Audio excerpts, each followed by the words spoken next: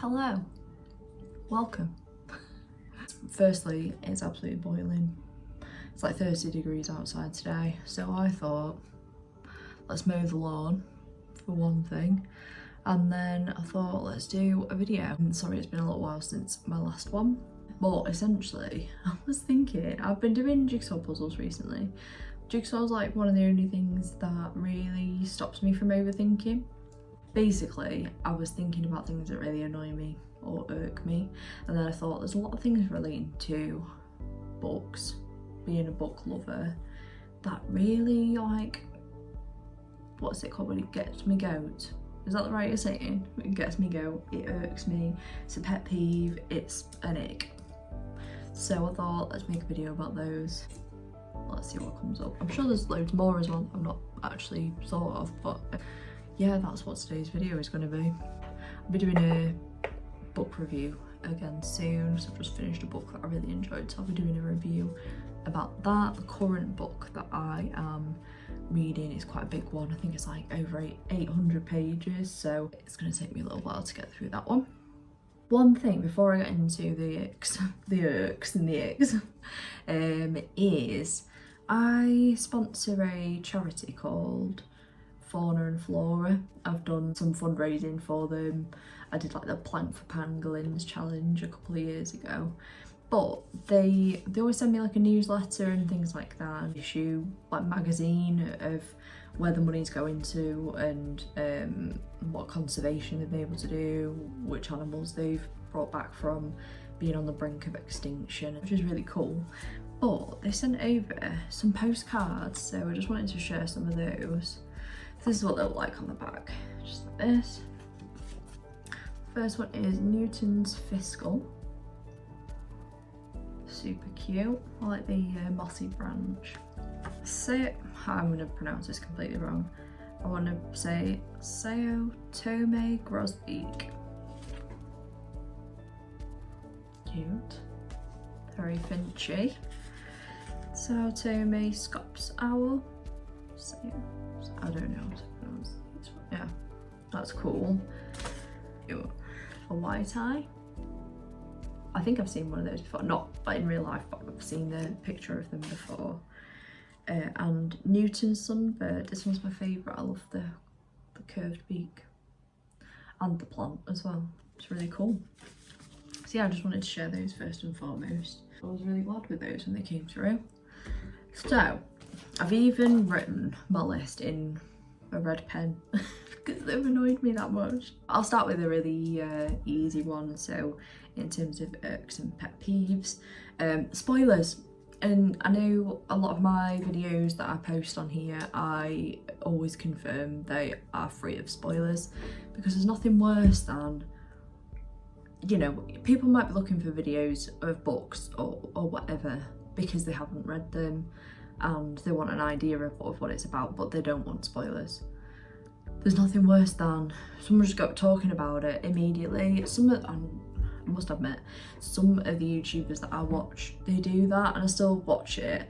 It's usually that they are reading things that are more like maybe romanticy, and I'm probably not going to read those books, which is fair enough. Otherwise, you know, you just want to have an idea of what something's about. Am I going to like it? Am I not going to like it?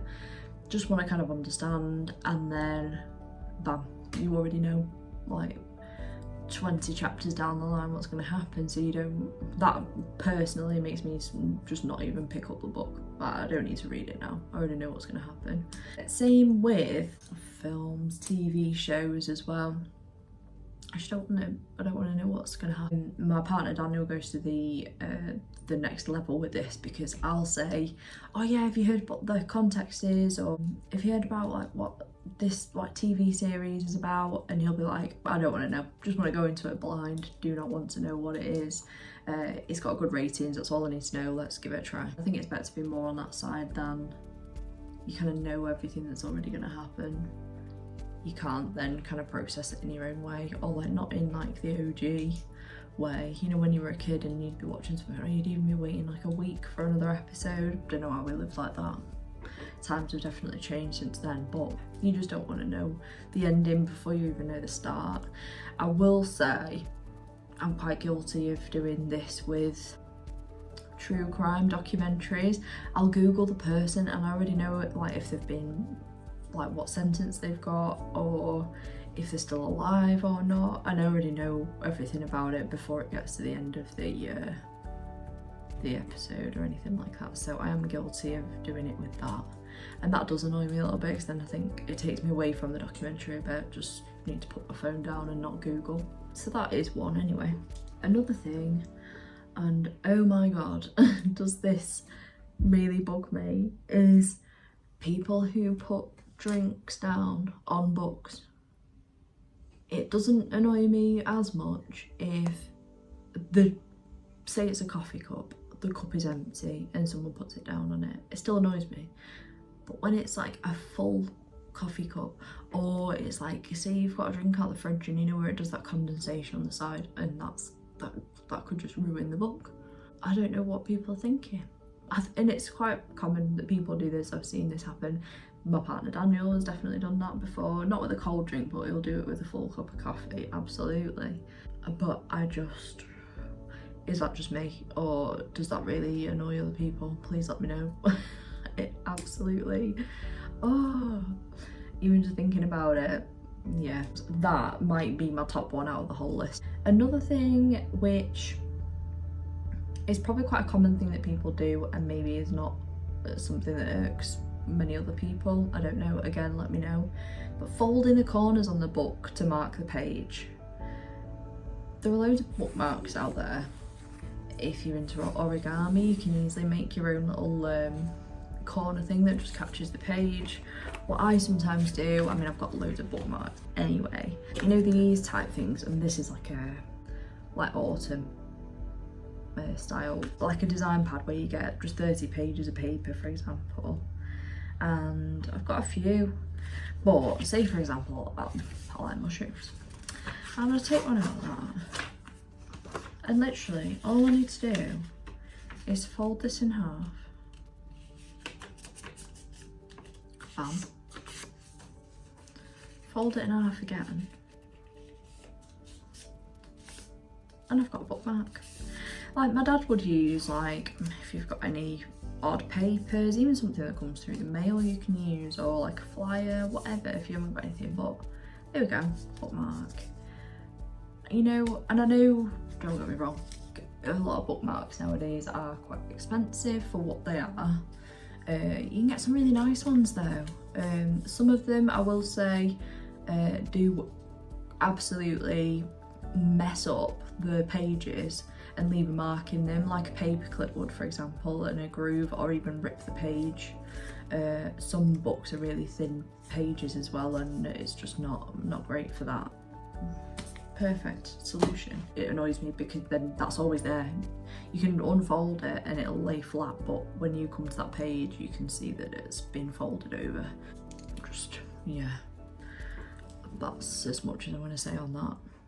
That really annoys me.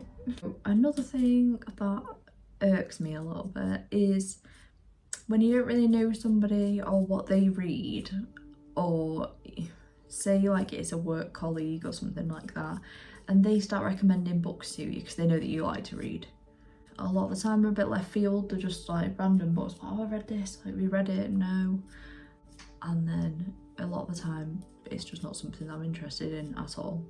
Don't get me wrong, like me and my dad quite like similar books, and Daniel knows what kind of books that I like, and he will always pick out some really good ones for me. But as a rule, I'd say recommendations, only maybe 3 out of 10 times I'll probably really like it. The rest of the time, no, not so much. I don't want to say recommendations are bad. If you like reading, you like reading, and it's not a bad thing to try things. It's just, for me personally, there's that many things I want to read that are in my to be read list, and life is too short as it is. I do not want to spend my time or waste my time reading things that I'm not really going to get into. And that is something that I probably need to work on, because if I start a book I like to finish it. There's not many books that I do not finish. Just I've committed myself to it, especially if I bought it, I don't want to not read it. So there is that. talk to people about books, you're probably on the same page around it. If it goes wrong, it's a bit annoying. Next one, just generally not looking after books. So Daniel will do this again. Sorry if you can hear my neighbours next door, by the way. It might be in the background a bit. But he will just chuck books in his bag and take them to work. So it's like along with his lunch, for example, and it just gets mashed together in the bag. And then the sides curl, you know, the corners will curl, the actual book itself could get bent. That really annoys me. I just don't get me wrong, I've put them in a book pack